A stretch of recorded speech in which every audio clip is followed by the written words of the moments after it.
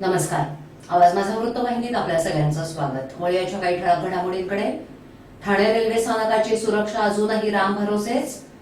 कल्याण ठाणे मुंबई जलवाहतुकीचा 50% खर्च केंद्र उचलणार. नितीन गडकरी यांच्याकडे झालं सादरीकरण.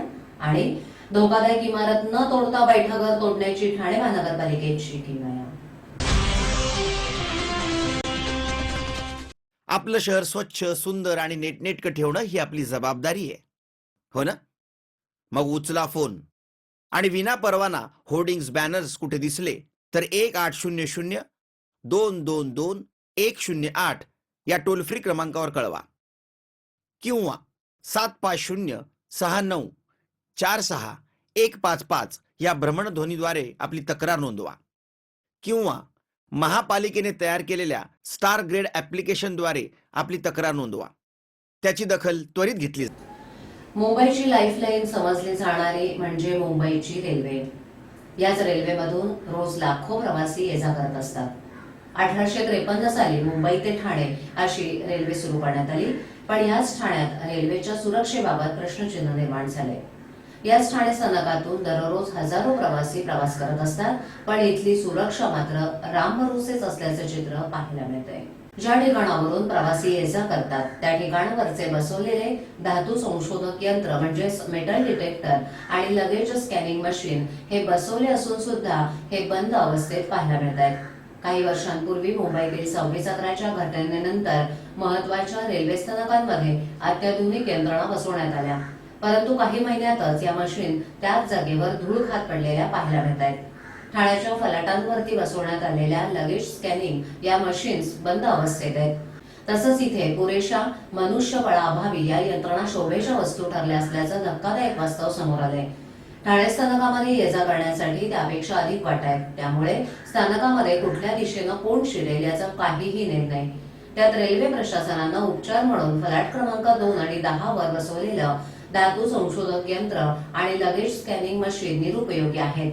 या दोन ठिकाणी सुरक्षा रक्षकही नसतात, त्यामुळे इथून दररोज प्रवास करणाऱ्या लाखो प्रवाशांची सुरक्षा अक्षरशः वाऱ्यावर आहे. यासंबंधी वरिष्ठ विभागीय सुरक्षा आयुक्त सचिन मारुदे यांना विचारणा केली असता ही अत्याधुनिक यंत्रणा चालवण्यासाठी लागणारं मनुष्यबळ उपलब्ध नसल्याची कबुली त्यांनी दिली आहे. तसंच मुंबई आणि उपनगरातील स्थानकांवरील यंत्र चालवण्यासाठी काहीसा मनुष्यबळाची आवश्यकता असून यासाठी प्रशासनाबरोबर पत्रव्यवहार करण्यात आला आहे असं त्यांनी तोंडी सांगितलं. मी नेहमी इथून प्रवास करत असतो. ॲक्च्युली काय मशीन बंद पडलेली असते नेहमी, कारण काय मशीन खूप गरजेची आहे. कारण का माणसं येत जात असतात, कधी कोण पॅकेज काय ठेवून जाईल काय सांगता येत नाही. आणि मशीन पूर्ण बंद असल्यामुळे काही लोकांना समजत नाही, कारण डायरेक्ट सगळे एंट्री करत असतात त्याच्यामध्ये. कल्याण ठाणे मुंबई जलवाहतुकीसाठी पालकमंत्री एकनाथ शिंदे, खासदार श्रीकांत शिंदे आणि राजन विचारे करत असलेल्या पाठपुराव्यामुळे या प्रकल्पाचे आणखीन एक पाऊल पुढे पडलं असून केंद्रीय रस्ते वाहतूक आणि नौकानयन मंत्री नितीन गडकरी यांनी या प्रकल्पातील 50% वाटा उचलण्यास मान्यता दिली आहे.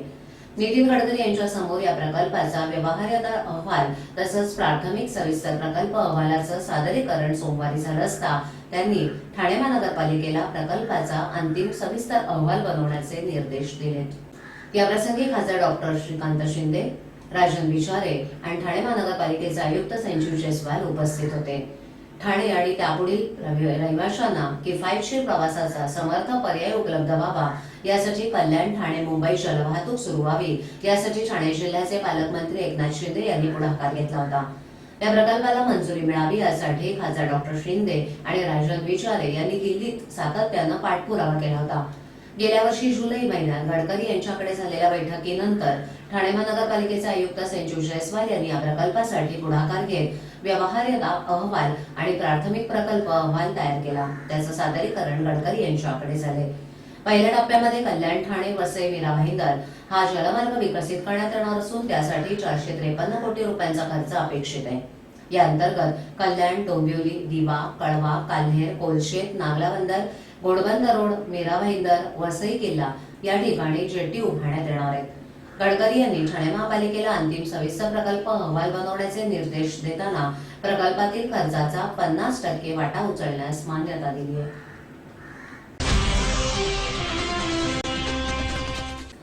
बिल्डरच्या फायद्यासाठी नौपाडा प्रभाग समितीच्या अधिकाऱ्यांनी धोकादायक इमारत न तोडता बैठं घर तोडण्याची किमया केली आहे. महापालिका आयुक्त संजीव जयस्वाल यांनी मागील आठवड्यात पुरावा देण्याचं आवाहन केलं होतं. या घटनेनंतर मात्र लोकप्रतिनिधींनी हा घ्या पुरावा सांगत आयुक्तांनाच अडचणीत आणले. नौपाड्यातील घंटाळी देवी मंदिर इथे तळ अधिक 4 मजल्याची इमारत आहे. ती महापालिकेनं धोकादायक ठरवली आहे. या इमारतीच्या पाठीमागे एक बैठक घर होतं. सुमारे 70 ते 80 वर्षांपासून उल्हास मांडले या घरात एकटेच राहत होते.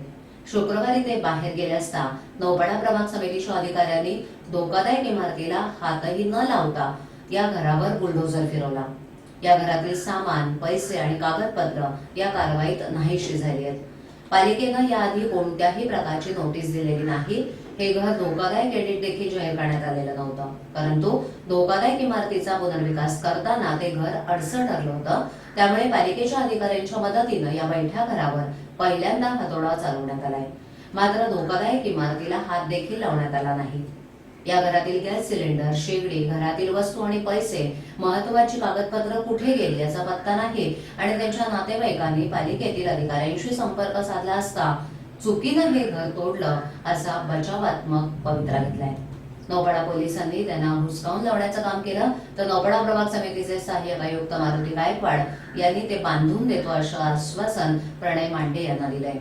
या इमारतीमध्ये वकील शिल्पा सावंत यांच्याही कार्यालयाचं दार तोडून कार्यालयाची महत्त्वाची कागदपत्र पालिकेचे अधिकारी कर्मचाऱ्यांनी फेकून दिली. तसंच त्यांच्या मालकीची कायद्याची सुमारे 4 ते 5 लाखाची पुस्तकं देखील गहाळ झाल्याची तक्रार त्यांनी ठाणे पोलिसांना केली आहे. सर, या बिल्डिंगचं नाव जेम्स कॉटेज आहे. यातले काही मेंबर हे बिल्डरला संगनमत आहेत आणि त्यांनी मिळून एक सोसायटी स्थापन केली आहे, जेम्स कॉटेज कोऑपरेटिव्ह सोसायटी. याच्यातल्या काही मेंबर्सचं आणि बिल्डरचं संगनमत आहे TMC बरोबर. मी घरात नसताना मागच्या शनिवारी यांनी माझे दोन्ही डोअर्स तोडले, लॉक्स तोडली आणि आत अक्षरशः बेकायदेशीर कब्जा केला.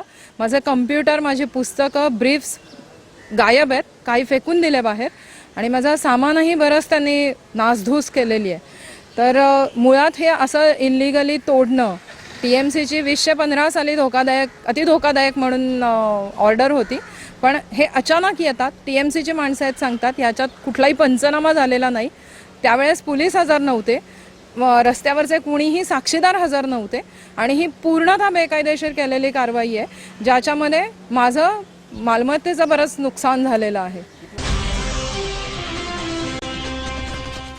राज्य सरकारनं दूध खरेदी दरात वाढ केली. गोकुळनेही गाईच्या दूध खरेदी दरात प्रति लिटर 2 रुपयांची वाढ करून दूध उत्पादकांच्या हिताचा निर्णय घेतला होता. यामुळे होणारा तोटा भरून काढण्यासाठी गोकुळ दूध संघानं 1 ऑगस्ट पासून गाईच्या दुधाच्या विक्री दरात 2 रुपयांची वाढ करण्याचा निर्णय घेतल्याची माहिती दूध संघाचे अध्यक्ष विश्वास पाटील यांनी दिली आहे. दूध उत्पादकांना सरकारच्या निर्णयामुळे वाढवून दिलेल्या दरामुळे गोकुळ दूध संघाला साधारणतः वर्षाला 40 कोटींचा तोटा सहन करावा लागणार आहे. त्यासाठी गाईच्या दुधाच्या विक्री दरात 2 रुपयांची वाढ करण्याचा निर्णय घेण्यात आला. त्यामुळे मुंबईत गाईच्या दुधाचे दर 43 रुपयांवरून 45 रुपये होणार आहेत. टोन दूध 40 वरून 42, प्रमाणित 42 वरून 44, तर गोकुळ लाईटचा पॅक 44 वरून 46 रुपये होणार असल्याची माहिती त्यांनी दिली. तेव्हाचा चिंग्या तसाच होता. माझे इथल्या बँकेत अकाउंट नाही, त्यामुळे माझ्याजवळ पैसे नाहीत. माझे पैसे तुम्हीच भराल का रे मित्रांनो? नंतरचा चिंग्या तसाच होता. काय करू मित्रांनो, आज माझी बँक बंद असते. चिंग्या अजूनही बदलत नव्हता. आता माझ्याकडे पैसे आहेत, पण चेकबुक नाही. चिंग्याची कारणं थांबत नव्हती. आता मला मोबाईल मधनं पैसे ट्रान्सफर करता येतात बरं का. पण नेमकं त्याच बँकेचं ऍप माझ्या मोबाईल मध्ये नाही. बस कारण संपली. अरे पण उठा फोन कर ट्रान्झॅक्ट. ट्रान्झॅक्ट तुला पण माहितीये transact Transact, zap, transact, app. Transact, app. वाहतूक पोलिसांनी पकडल्यानंतर लगेचच वाहन चालक फोनाफोनी करत आपली सुटका कशी होईल हे पाहतो. मात्र आता या फोनाफोनीवर ब्रेक लागलाय. कोणीही फोन केल्यास किंवा आल्यास घ्यायचा नाही.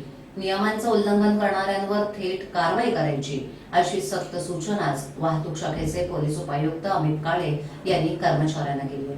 कामात हलगर्जीपणा करणाऱ्या कर्मचाऱ्यांवर बदलीची कारवाई केली जाईल असंही काळे यांनी सांगितलंय. नियम मोडणाऱ्या वाहन चालकांवर वाहतूक पोलीस कारवाई करत असतात. मात्र वाहन चालक लगेच इकडे तिकडे फोन करत सुटका करून घेण्याचा प्रयत्न करतात.